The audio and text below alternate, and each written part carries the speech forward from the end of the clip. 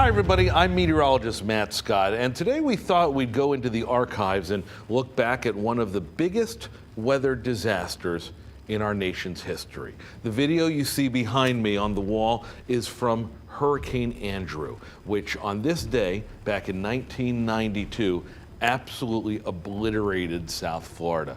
It became classified as a Category 5 hurricane, although when it struck South Florida, it wasn't. They were calling it a 4. How do I know that? Because I was there. 1992, I was 19 years old. I was soon to be a college junior. I was already interested in weather. I was already building my career towards meteorology. So, in South Florida, when this hurricane came, I was watching it very carefully. And so were a lot of other people, but I want to set the stage for you. Back in 1992, there were clearly a lot of hurricanes that come every year, but South Florida, for many, many years, had missed just about every one of them. Tropical Storm Dennis from the earlier 80s, that was one, but most hurricanes had missed. And psychologically, that did a number on the residents of South Florida. Most notably, it added a lot of skepticism. So every time a hurricane would start barreling towards the Florida peninsula, you would sit there and go, oh, is it really going to be a big deal or not? And many people, as a result, didn't evacuate. Leading up to the impact today, there was this intention and this thought that this hurricane wasn't going to be a big deal, because 24 hours before landfall, it was a Category 1 storm. Now, many times we say to you, don't worry about the numbers. A hurricane is dangerous in any level. But in those last 24 hours, the pressure in the center, the eye of the hurricane, had deepened so quickly that it was too late for people who chose not to evacuate to change their mind and get out. As a result, that clogged up all of the arteries, all the highways, all the interstates, trying to get north or get across what's called Alligator Alley, leading to Southwest Florida, where Fort Myers and Naples were. As a kid in our neighborhood, we boarded up windows, we pulled in all of the patio furniture. It's all the same things that we tell you every year to get ready for hurricanes. We had our flashlights, we had our crank radio to make sure that was working. We pulled in everything outside that could be used as shrapnel if it were to blow around. And the best part about the neighborhood, and every neighborhood down there, was that everybody helped everybody. Nobody was left behind.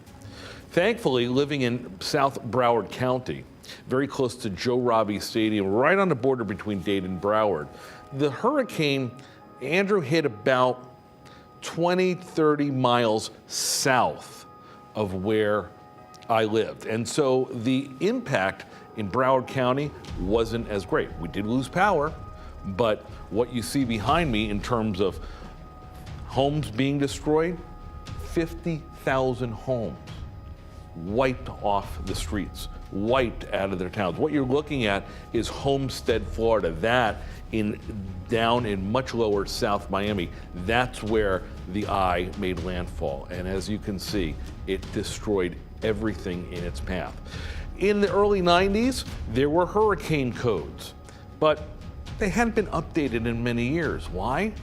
Because there hadn't been a hurricane in many years. And as a result of Andrew, the hurricane codes for building houses got much stronger and much tougher, so that hopefully this wouldn't happen again.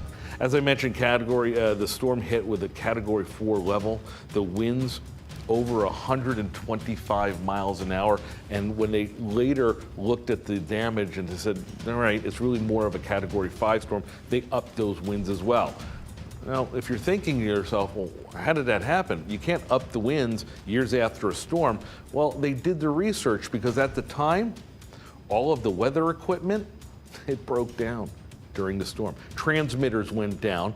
I believe one or two TV stations completely lost their signal, and all of the TV stations, in an effort to get the word out for what was going on during the storm and clearly the aftermath, they turned to the radio stations, and they were simulcasting live 24 hours a day, 7 days a week for a number of weeks after Andrew made impact.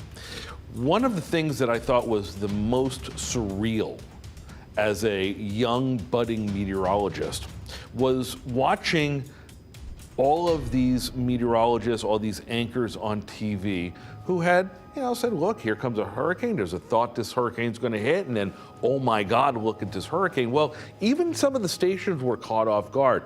And there's a lot of video, and you can find it on YouTube, that have the video newscasts of that night of anchors and meteorologists in the middle of their broom closets, right in the most interior section of the buildings. And you hear us say that all the time with tornado warnings. You want to get to a lower level, get into away from windows, into the interior section of the home.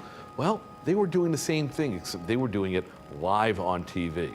I drove around Miami after Andrew hit, and North Miami Beach, again, had a lot of trees down, had a lot of damage, but not nearly as bad as what you're seeing down farther south in Homestead. You were not allowed to go down there. The one thing that I still remember as the most surreal of all the surreal was about the Miami Metro Zoo. The Metro Zoo in South Miami was destroyed. Birds flew away. A number of animals were killed in the hurricane. But at one point, the officials at the zoo got on TV and through the radio stations as well and said, ladies and gentlemen, the baboons are loose. If you see a baboon, we beg of you, please do not approach the baboons. Have you ever heard that in a newscast? Have you ever heard that in a news report? When you hear that and couple that with all of the damage that you don't even know at that time how many people have been killed or injured or what the areas look like, because they were still having trouble getting cameras into South Florida where the hurricane made landfall, it was strange. There are lots of other stories, countless stories, and we've reached into the archives to see what we could find. But we wanted to spend a couple of minutes with my memories of Hurricane Andrew, because it's not often that you have a meteorologist who cemented the beginning of his career by being fascinated and a little scared by what Mother Nature can do. That's a look at the archives. I'm Matt Scott, Fox 61 News.